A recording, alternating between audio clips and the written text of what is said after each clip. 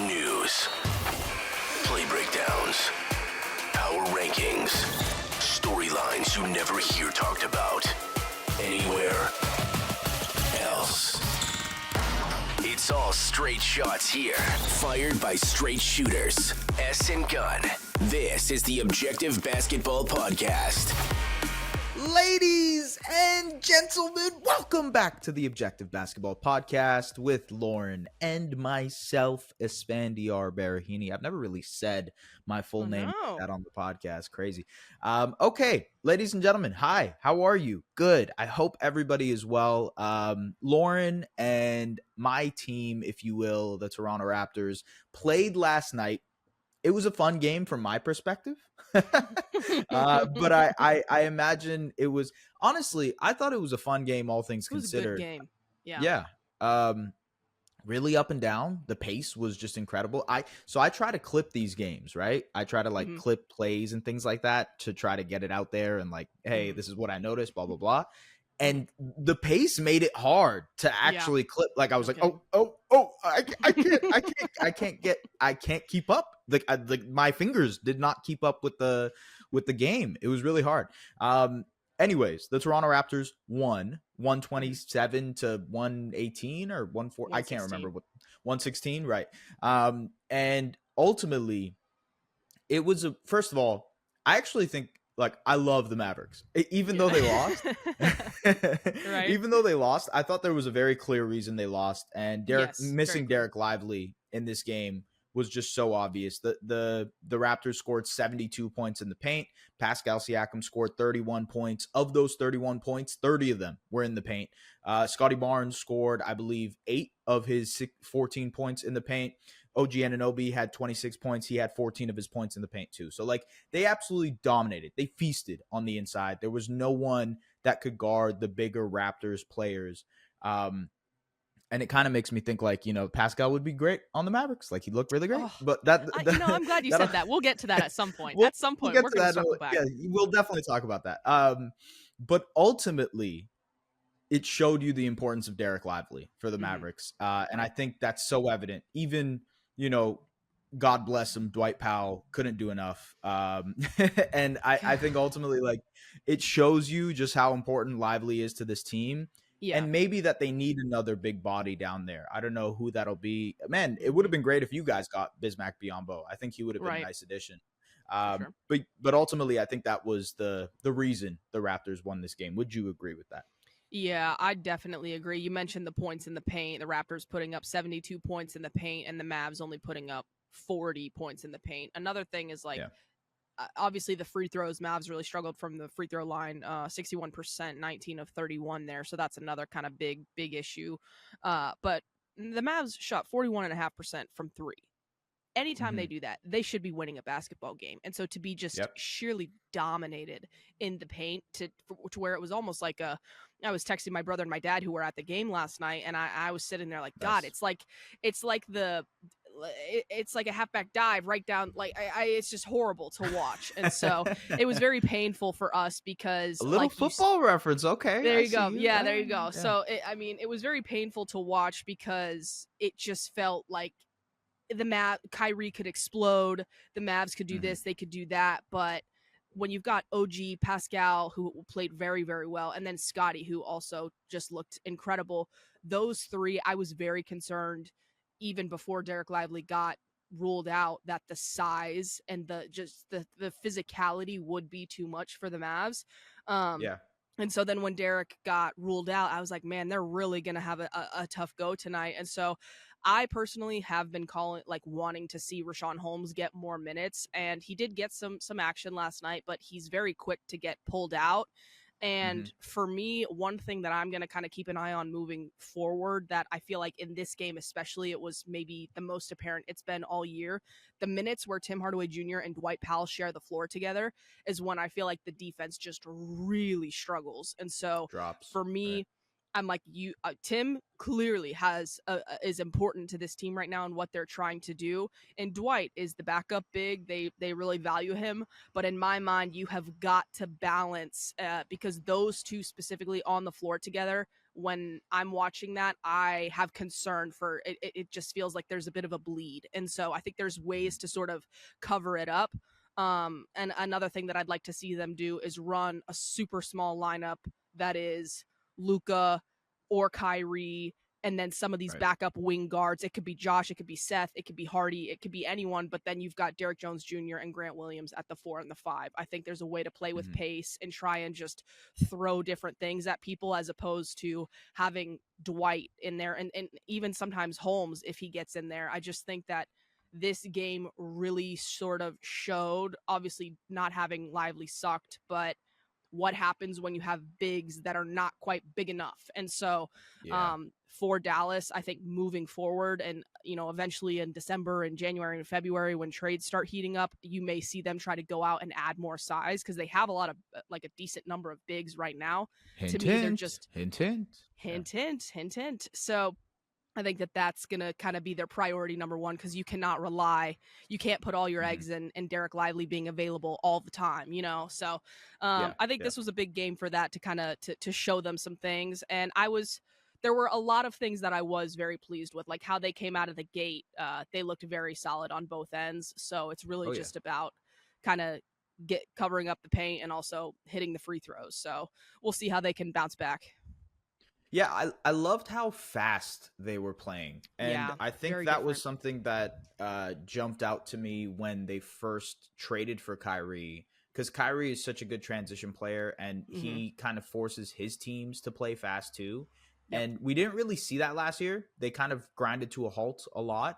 But let me see where they're at in pace. They're 10th in pace this year, which is like really good compared to a Luka Doncic team. I mean, last year they were 28th in pace, which is like it's a huge difference. They're playing faster. Luka is playing faster. Obviously, he's such a great decision maker, and that fast tempo is allowing them to generate tons of more possessions, so they can like just put up points very easily. And then two, I think it enables them to, one, like their secondary players, let's say a Josh Green, let's say a Jaden Hardy, Tim Hardaway Jr., etc.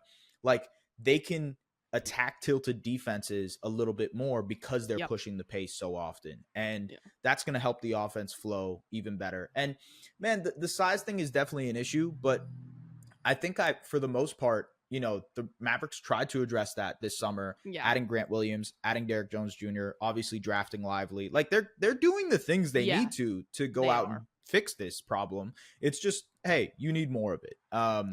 And I think, to your point, I'm kind of interested to see how this team looks like against the Lakers, who are a big team, or against Minnesota, that's a big team, or Denver for that matter, and how they look. So I guess that's my question moving forward. I thought the Raptors, for the most part, Luka had 31 and Kyrie had 22, but I thought for the most part they did a pretty good job defensively against those two.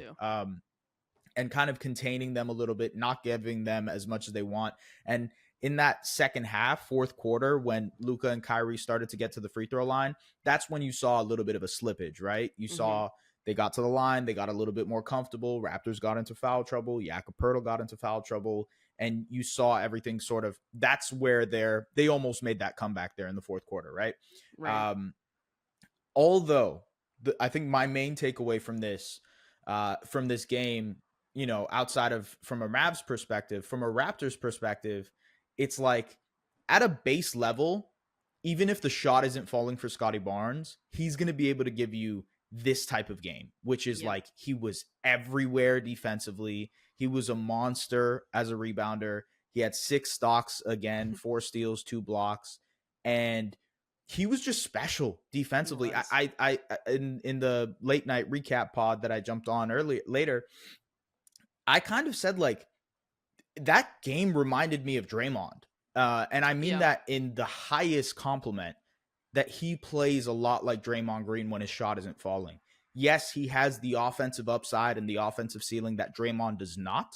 And, that's tantalizing in its own right. If he ever develops that into something consistently, awesome.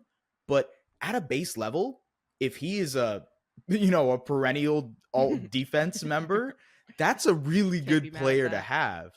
And between him and OG, OG is such a great on-ball defender. Scotty is a great weak side roamer, helper. I think that can be a really tantalizing defensive group moving forward. And they've obviously showed that so far this season that like they're going to be an awesome defensive group and they're going to hang their hat on that. I just thought it was so special to see that group be like that. It was, and he was commandeering the offense in that second unit with the bench too, especially in the second quarter with guys like Malachi Flynn and Gary Trent Jr. and Otto Porter Jr. He was like controlling the pace of that game. So it felt like a Draymond-esque performance. And I mean that in the best way possible, because one, Draymond is one of my favorite players. And two, I know it's like everybody hates Draymond. I don't. I'm sorry. Sue me. I don't. I like Draymond Green, ladies and gentlemen. He is one of the smartest defenders ever. I like to say that Draymond is the smartest defender ever. He plays like a free safety on defense. He's creative because he's going to jump, like the pre-rotations that he does, the jumping the gun to jump out to close out on someone. He is so good at all of that. He is commandeering and kind of commanding other players to go to certain places. And Scotty Barnes did a lot of that last night. So that's the thing that popped out to me. What did you notice from the Raptors side of things? From the Raptors, yeah. So it's crazy because you're looking at the box score and you can see OG and Pascal having these kind of like standout performances in terms of the offensive end. But when you're watching, kind of rooting for the team that's going against the Raptors, you feel Scotty everywhere. And so as much as Pascal, it was like, man, he just keeps scoring. At least for me, as I was taking in the game, I was like, somebody has got to do something about Scotty. I don't know. Like I said, I don't know if it's going ultra small, but you've got to switch something up because Scotty is controlling the pace of the game, the intensity of the game. And that was how I felt about it. And so, I mean, we've talked about the leap a little bit, but getting to see this in a game where he was everywhere, but then also didn't do so hot on the offensive end, and to still see him control the game that way and to that level, at least again, from where I'm sitting, I can understand why some people would be like, no, that was a Pascal game. But from where I was sitting, Scotty was, like you said, the sort of commander of the offense, commander of the defense. And just, I mean, as far as having OG and Scotty as your sort of core duo moving forward, that is an incredibly intriguing and exciting thing to hang your hat on from both an offensive and defensive standpoint, and even just a physicality standpoint, because having all of those things, that just doesn't happen very often, especially sort of on the same kind of timeline. A little bit, there's a little bit of a gap, but for the most part, those two, the gap and the Scotty's trajectory seems to kind of put them at the same in my mind. I don't know how you feel about that, but I think the Raptors have a lot to be excited about. Yeah, go ahead. What do you think about that? The timeline. Yeah, I mean, timeline stuff is interesting because you can make a case and say, well, Scotty is taking the leap now, and he's looking like an all-star. And between, he's averaging, I think the box score numbers are, he's averaging 20, 10, and 6, which is just, I mean, through unreal. 8 games. And also, not to mention the 2 steals plus 3 blocks that he's averaging, which is just like, it's otherworldly. That stat line is prime Magic Johnson right there, right? 20, 10, 6, 2, and 3. Like, what are we doing even here? Yeah. So that's an all-star stat line. And if he's making that all-star leap, you can sell yourself on the idea of, hey, this team now has 2 all-stars, Pascal Siakam, Scotty Barnes. It has an all-defense type player, maybe defensive player of the year type player, and OG Anunoby. It has Dennis Schroeder, who is performing and outperforming his contract, in my opinion. Jakob Poeltl, solid starting bench player, solid starting center. You have some bench pieces. Yeah, he looked really good. You have some solid bench pieces. Chris Boucher showed out last night. Gary Trent Jr. was hitting his shots, and when he hits his shots, he's really, really good. Otto Porter Jr. has completed that bench in a lot of ways. Maybe you can get some minutes from Grady Dick. Maybe you can get some minutes from Malachi Flynn. And instead of this team, when we started this podcast, the predictions and whatnot, I probably had the Raptors at like 40 to 42 wins, hovering around 500. And yes, they're 500 right now. But if all of those things go right? If Scotty's an all-star, if Pascal's an all-star type player, if OG's an all-defense type player, and you're looking at contributions from other guys, this is like a 45 to 50 win team. And I don't know if that's actually going to happen this year. But if we're looking at a glass half full approach to what this Raptors team can be, and if you're selling yourself on, no, we're not going to trade Pascal Siakam, we're actually going to re-sign this guy and run it back with this team, then this is the way you're talking about this team. But at the same time, there's also another argument to say, hey, Scotty looks really good. OG looks really good. The team is obviously moving in a different direction. Let's see what we can get for Pascal Siakam, who is performing well now. You know, he had a breakout performance against the Mavericks. Let's see what we can get for him and go from there. It's sort of a double-edged sword here, whatever, because you don't know what approach the Raptors want to take, because you could convince yourself on both. You know? Exactly. Yeah, that's why last year I was high on them. Obviously, Scotty's taking a completely different level leap. But even last year when I was looking at a trio of Pascal, OG, Scotty, even if you're someone that's like, you know, that's a little redundant, I don't think anyone can argue against the fact that the versatility, and it's not like these guys are just slashing defenders. They shoot the three, they share the ball, they make things happen on offense, not to mention the cutting. There was a lot of cutting, and I was like, man, that I'm not gonna lie though, to be fair, that was probably their best game of doing that. Like, oh, it was okay. I'm glad you added that, because I was like, Jesus. No, in all honesty, one that tied their best half court efficiency game of the season. Yeah, that's good to know. Yeah, they were. Look, the Mavericks defense is a question. Yeah, it's a question moving forward. It is. Yeah. Ultimately, though, I agree with you that like there is an optimized, maximized version of this team that could look like this on any given night.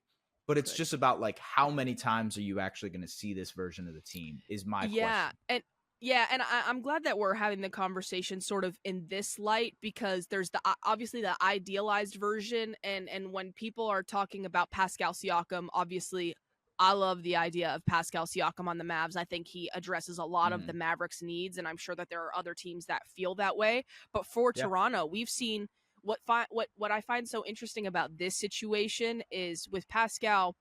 We've seen kind of what has happened with Fred and what happened with Kyle Lowry, and Toronto losing people and getting nothing or very little in return, depending on where you sit on that.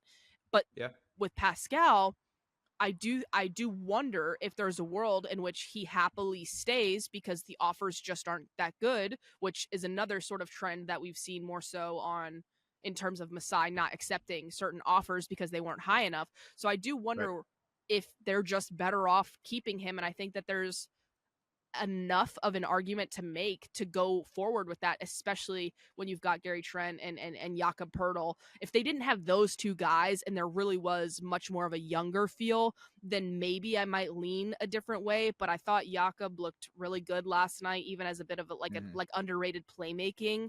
I thought he looked pretty solid. And so obviously Dennis Schroeder's having a good year as well. And so I think that there's enough for them to sort of not work around the edges, because obviously they have some room for improvement, but to just completely start from scratch, I do feel like if there are people that aren't watching the Raptors closely, they might be more inclined to it might be their best blow it up.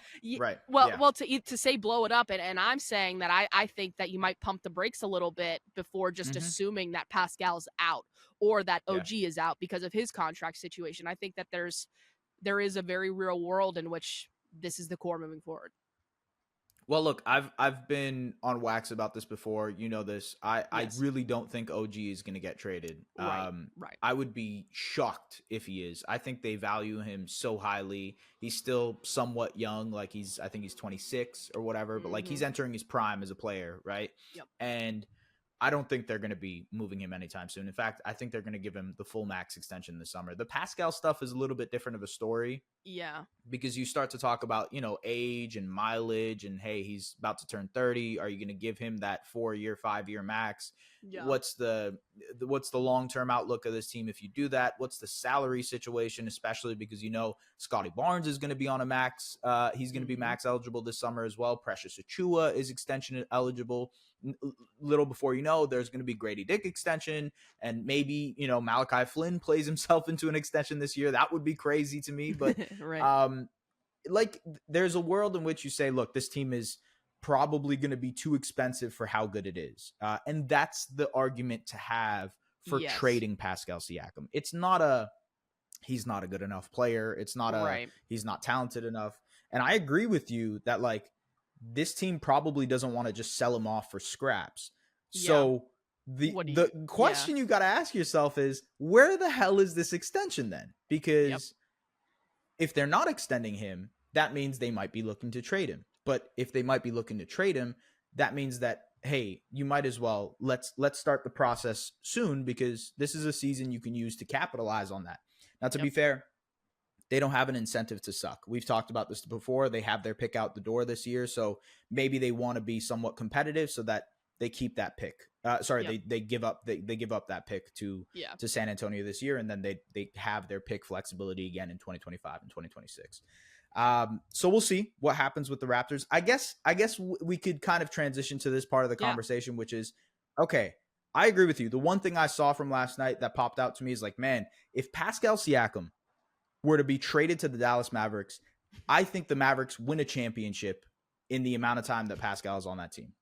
Whether it is, the 4-year max, whatever it is, I really do believe that he completes that team in such a way that they would win an NBA championship. That's how much I believe in that particular fit. Now, I don't know what the details are. I don't know what the trade would be, but ultimately, I think it would be pretty damn good with Pascal on that team, with Luka, with Kyrie, with Lively, Grant, all those guys. I think it would make a lot of sense. Yeah, I really think that Pascal sort of perfectly checks every box that Dallas needs to address. I mean, when you look at, for Dallas, I think, well, let me just focus on Pascal. The defense and the offense and the size and the playmaking, he really does check every single box, and he would slot right into the starting lineup. One thing that Dallas has struggled with over the last couple of years is lineup changes happening, not just because of injuries and availability, but because, does this group work best together? Is there too much offense, not enough defense? And so you bring Pascal here, assuming it would include some of the young guys, Tim Hardaway Jr. You can kind of do the math on who would be involved there.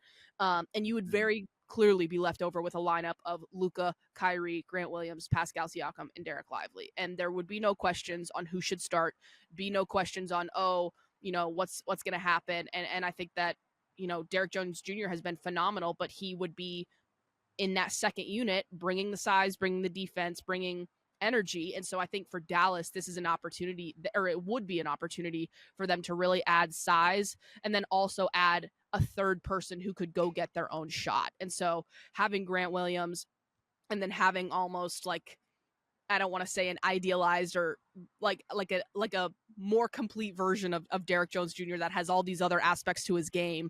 That would be a wholly better player than Derek Jones. Complete, more well-rounded, just the playmaking, the ball. I mean, dude, you're adding an all NBA guy, right? It's not even huge for this team. And I really do think that, going back to this last draft when they were able to add 2 first-round picks to add it to the young core of Jaden Hardy and Josh Green, it put Dallas in a position where, okay, you may not have a treasure trove of picks, but now you've got 4, and I think Derek Lively is very clearly becoming sort of untouchable. It may be a little early to say that, but it's not for me. But the rest of the guys, intriguing young players that can be included in a package to go make this next move. And we're already seeing a bit of a logjam because Seth Curry is not even touching the floor. And so for Dallas, the Tim Hardaway Jr. contract, even Maxey's contract, Rashawn Holmes' contract, Dwight Powell, Dante Exum's contract, there are many moves and a lot of money that they could put together to find a different combination to go out and get someone like Pascal. So I do think it would really just be a matter of what the other offers are. And if Masai is moved by a Dallas offer, because in my mind, if he's available and you're the Mavericks and you are very aware of what your weaknesses are, there is quite literally no argument as to why you should not go for Pascal Siakam. And I mean, to me, like going back to what you said about the age, the mileage, to about to hit 30, like Dallas doesn't need to be hitting on the guys that are 23, 24, 25. They need to be hitting on the guys that are like 28, 29, 30. That's how you get Yeah, into, you're like, trying to win title. now. Yeah. You're ready to win now. So for me, like that is not too old. You got to kind of push your chips in, and Dallas, you and I talked about this, is Dallas is not, the free agent destination necessarily, similar to how some people talk about Memphis. You make your trades. This is how they sign operate. people. Yeah. This is how you operate. And so I think that for Dallas in the past, you've seen Nico be aggressive. There's no reason to assume that would just all of a sudden stop. So I'm not saying that the Mavericks are getting Pascal Siakam, but it's definitely something that I think you should keep your eye on because the money would work. Dallas has assets that I think Toronto would be interested in, and it does seem to work on paper pretty well. So it's definitely something I'm keeping an eye on.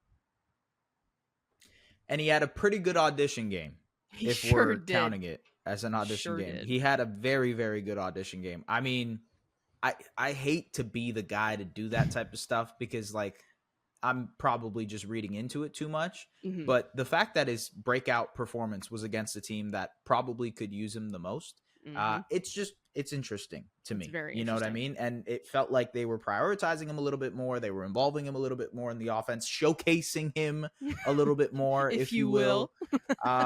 So I don't know, man. I could see a situation where this works. And my main thing is, like, you look back at how the Mavericks traded for Kyrie Irving last year, right?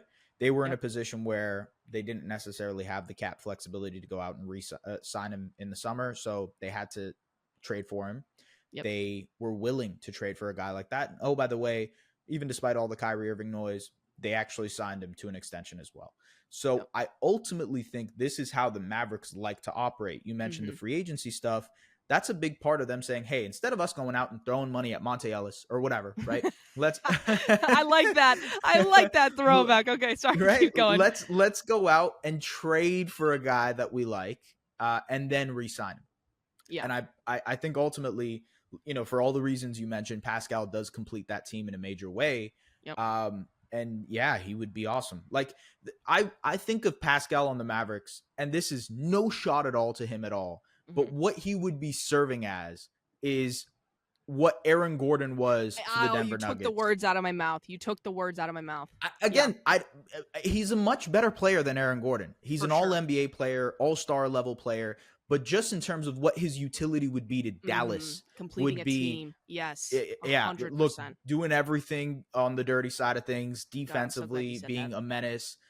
Dunker spot help type guy, everything you could imagine that Aaron Gordon does, he does that, but times a million. And I just think he would be perfect for this team.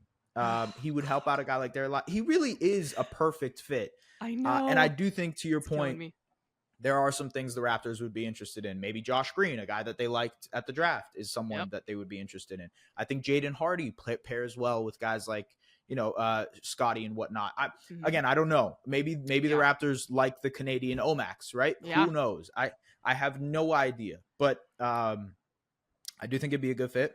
I think he will be one of the more sought out players in the league this year. So maybe you have your competition. 100%.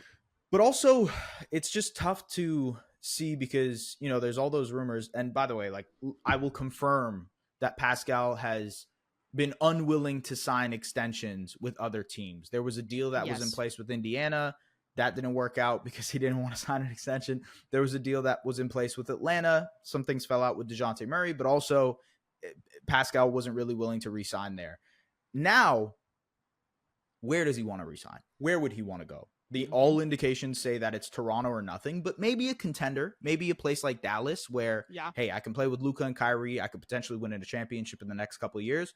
Could be a good spot, I think inevitably there's only like 5 or 6 teams that make sense. We talked about it offline a little bit, but there's Golden State that makes sense. Philadelphia, I think, somewhat makes sense, although we kind of went back and forth on like how viable of a trade package that is. But still, definitely. Yeah. Dallas, I think ultimately the Lakers are interesting with how they're struggling this year. Miami might be able to get, I don't know, but like ultimately a lot of teams are going to go after Pascal. I think the Mavericks have a really good chance too. Okay. I kind of want to go around the league a little bit here. Yeah. Let's talk about some stuff that's going around a lot, all around the league. One in-season tournament, second day is happening on Friday. Your Mavericks play the James Harden's Clippers. James Harden's Clippers are 0-2 to start the season. So it hasn't looked well. It hasn't looked great. Okay. It just hasn't looked really, really great. Some of the same issues are pre-existing. Harden is off ball, but maybe not moving as much off ball. There's a workaround period between him and Russell Westbrook, and how does that fit really work? It's been wonky, to say the least. It's kind of wonky. And I watched the game against the Knicks, and all I could look at myself and say is like, oh man, this offense looks ugly. Like it looked really shaky. It dwelled into a lot of one-on-one stuff. He kind of doubled down on some of the stuff. I don't know. He's a system. You got to give it time.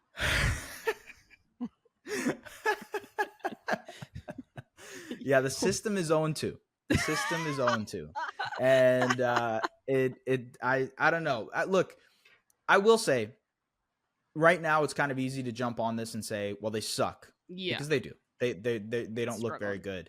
Mm-hmm. But it also is like a double whammy, because on the other side of things, the Sixers look freaking awesome. Like they look incredible. It is a double whammy. They beat the Celtics last night. Celtics have lost 2 in a row against the Timberwolves and against the Sixers. Tyrese Maxey has been awesome. He's shooting like 100% from 3. He's just been incredible. I think leading the team in assists, 9 assists, career high. Joel Embiid obviously doing Joel Embiid things. But I think ultimately what stands out to me is just how good they look on the defensive end without Harden. Because you now have Maxey, but you also have Robert Covington out there. You have Marcus Morris out there. You have Nicholas Batum out there. And you also still had a bunch of players that could be good defensively in that group. D'Anthony Melton. You have Tobias Harris, who's a big body. Kelly Oubre, who's a big body. Like, it's like they have so much wing depth. Yep. And obviously they have Joel Embiid as the anchor of it all, who's like, at his prime is a defensive player of the year type player. I can't believe I'm believing in a Sixers team again. I'm so angry with myself. You remember last year, I was like, hey, watch out for them Philadelphia 76ers. Yeah. And they were firing on all cylinders. And so this year it's very obviously hard to sort of envision. And even with the predicted, and we all knew Tyrese was going to take a jump. Maybe some people thought more or less than what it has been. But the wing depth, it's a wings league, and you cannot underestimate the veteran versatility of some of these guys that have been in different systems and are coming back even to Philadelphia. And so it's been very fun to see. And one thing, I mean, I think if you're listening to this podcast, you know very well like where my brain goes sometimes. If there's an opportunity to improve in trade season, you're going to do it if you're going all in. And I think there is room for improvement for this Philadelphia team, but seeing how they're performing right now at the beginning of the season with where they started, you can't ask for much more than that. So it has been fun to watch. I'm happy for them because 2 situations in a row with Ben Simmons and then James Harden just not going your way, going south. Again, wherever you stand on that issue, either way, it didn't work out for Philadelphia. And so for them to sort of be in this position right now at the beginning of the season is huge for them. It's huge for them. So it's been fun to watch. It's early. They're at the top of the Eastern Conference, and I'm not going to fool myself into saying, hey, Philly title contender again, because Daryl Morey, my friend, I have done it a bunch of times. He just followed me on Twitter, so he's my friend. Hey, there you go. But yes, no, I've done it multiple times, okay? I've believed in this Sixers team, so I have to play the wait-and-see game. But ultimately, it really impressive what they've been doing so far. The buy-in has been absolutely awesome. And I think defensively, they look so much better this season compared to last season. Maybe some of that is Nick Nurse too, like just defensive scheme and what they're doing. But I just think they look great. Tyrese Maxey looks great. Joel Embiid looks great. Everybody else, Kelly Oubre doesn't pass the ball, but he scores 20 points on a vet minimum, which is like, let's do it. Why not? You take it. Yeah, take it every time. Okay. Want to keep going around the horn. I wanted to mention a couple of different things here. Yeah. So the Lakers, they've struggled. They just got blown out by the Houston Rockets, who have won a couple in a row as well. Yep. Lakers are 3-5. They haven't been the greatest, and they seem like a lot of the same things that ailed them last year to start the season are also ailing them this year. Yeah. The 3-point shooting has not been good. They haven't been able to hit their shots as much. Mm-mm. They fall off of a cliff when LeBron James is off of the floor. Anthony Davis is now injured with a groin injury, and who knows when he'll be back or how healthy he will be when he gets back. Is it too soon to ring the alarm bells in Los Angeles with the Lakers? Oh God, that's a good question. I'm always hesitant to say like you're not even 10 games into the season, but with how bad the numbers have been when LeBron is off the floor. By the way, just to kind of put it out there, 28th offensively, they're 19th defensively. They have a net rating of -7.2. They're 27th in net rating. So like they've been one of the worst teams in the league to start the year, even despite being only 3-5, you know? Right. And to me, that is why you have to sound the alarm bells. And I'm not saying, oh my God, you got to get out there and make a trade right now. But maybe getting a little experimental with your lineups, maybe trying to switch some things up, especially with Anthony Davis potentially. I mean, I'm not sure what to expect in terms of him being unavailable from here on out. But it's always a question. And so it's really just, if you're the Lakers, how confident do you feel about his ability to return, to be available, to be performing at, 100%. And so I think that's where you got to start. And then from there, assuming he's available for whatever percentage of the season or on whatever minutes per night. Like, we talked about this at the beginning of the season on a game-to-game basis. And so for the Lakers, you've got to figure out sort of an alternative. And I'm not even saying a personnel alternative, but you've got to figure out lineup changes, how to sort. I mean, I believe Rui had a pretty solid game, and so recently, and so for him, I think that there's opportunity for other guys to sort of step up. I may sort of be walking back my Gabe Vincent 6th Man of the Year a little bit. That looks to be a freezing cold take, but at the time, I really felt like there was a chance, and now I apologize. Hey, I hear you. It's okay. Hey, listen, we all have our bad picks. I don't even remember some of the picks I made. Yeah. See, but I was like, man, if the Lakers get rolling, it's gonna be Gabe Vincent. But hey, I mean, I will say, and this is why I think, to go back to your question, you do have to ring the alarm bells a little bit, because to start off, I don't want to say like this slow, but to start off the way they have, especially the game against the Rockets, and to just sort of see the sort of energy and feel, you've got to be a little bit concerned, and you've got to start coming up with some plans here. And so I do think that we're going to see that a little bit, and I wouldn't be surprised if rumors started circling in terms of, oh, Lakers are keeping their eye on this guy, or Lakers are doing this, Lakers are doing that. So we'll see what happens. It already has. It already has. I saw the Rob. Yeah. They're looking for a third star. Who knows? Yeah. Whatever. We'll see. We'll see. It's just LeBron is playing well again. We talked about year 21 and just how ridiculous it is that he's even doing this at this age.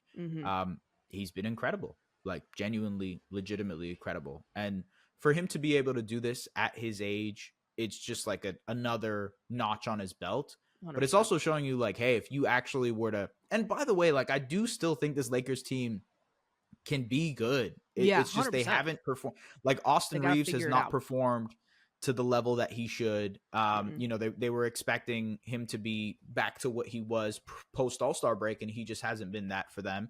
Right. I think they were expecting some contributions from some of the bench guys, Gabe Vincent being one of them. He has been bad for the most part. Sorry, but it's the truth.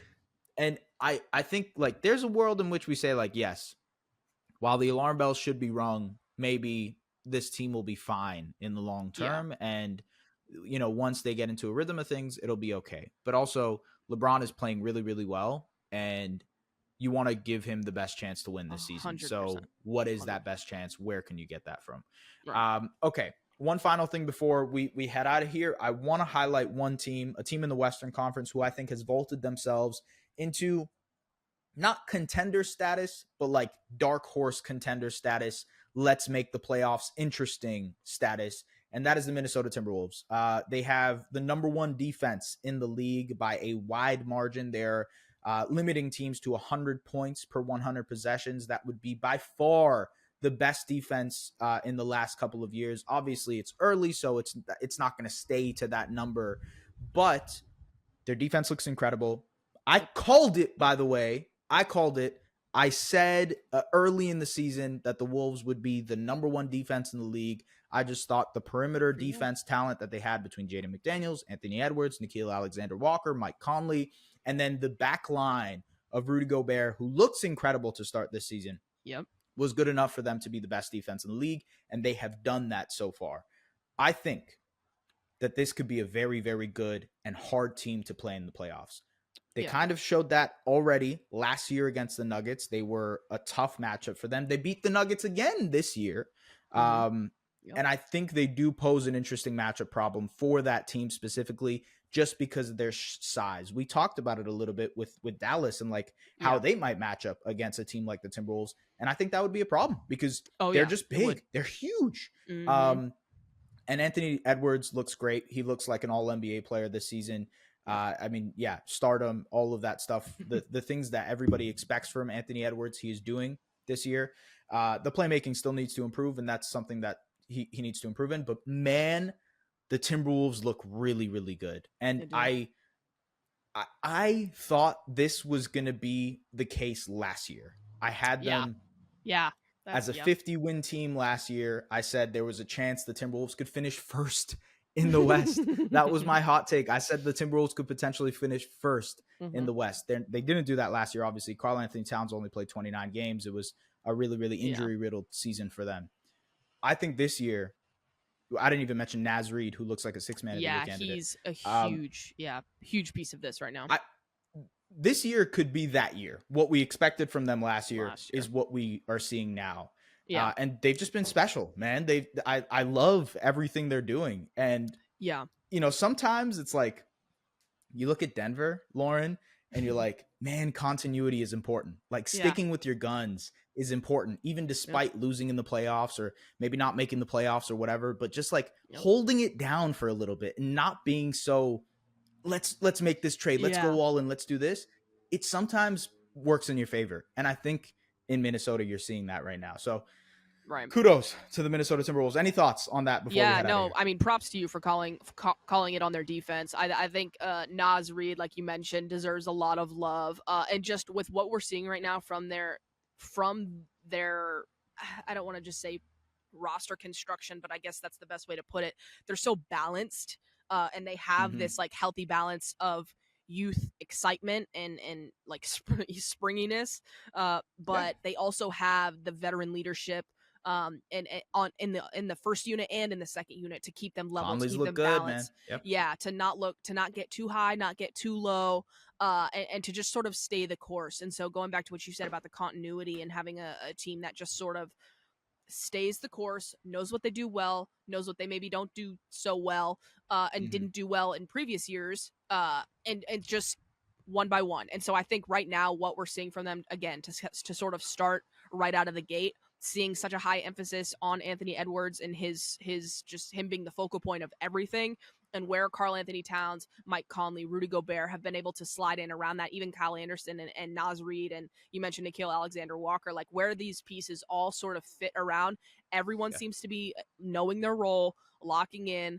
and I think it's going to be interesting to see how the season develops, if everyone can stay healthy, kind of where they fall, because I obviously I don't think either of us necessarily think that they would be number one. Maybe they will, but I do think that they're dangerous to sort of be this steady team that just like you said, like you alluded to, what we expected from them last year. So the only thing I would like for people to keep an eye on, and this is for you because you were transaction pilled as well. I do think there's a Karl Anthony Towns trade to happen here within the next 18 months. It probably isn't going to happen this season. I even said that in my preview earlier, where like this team is probably going to stay the course, not make any massive trades, just because they're going to give the benefit of the doubt for this team that missed a lot of time last year, injuries, all that stuff. I think ultimately they're going to give this team at least a 1-year chance. I think so too. Maybe even more than a 1-year chance. Maybe they give it a year and a half, and then next year at the deadline, they approach and see what happens with Karl Anthony Towns. Because I think there's a world in which you can get some pretty good stuff for Cat eventually. And I know his contract is pretty big and whatnot, but I think ultimately he would be a guy that like some other teams would like, you know?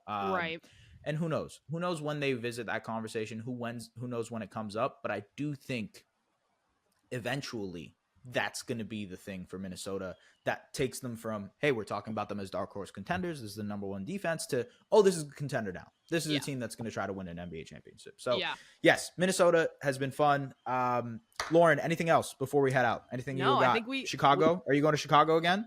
No, I am not. No? I am not. But I will be back. I will be back one day, but nothing on tap right now. But yes. Okay. All right. Okay. All right. And any other travel? Any other going right to? Now? No, just kind of. I had 2 back-to-back trips, and so now I'm just looking to sort of hang out, lay low. Gonna try to catch some Mavs games. Got those on the calendar, and maybe some Rockets games as well. So we'll see. Nice. Okay. All right. Yeah. Hey, we'll probably talk about the Rockets next week. We are talking about the Phoenix Suns next week on Monday. So tap into that podcast. We've got a guest coming on to talk about the Suns. Kevin Durant, Devin Booker, Bradley Beal, how it's all looking. Bradley Beal hasn't played, by the way, but how it would all potentially look. Thank you very much for tapping into the Objective Basketball Podcast. As always, do the like, do the subscribe, do the things that you guys always do. And we'll see you guys later. Take care. Follow hosts at Just S. Farahini on all socials and at The Lauren Gunn on Twitter. The Objective Basketball Podcast, delivering the NBA to you like no other.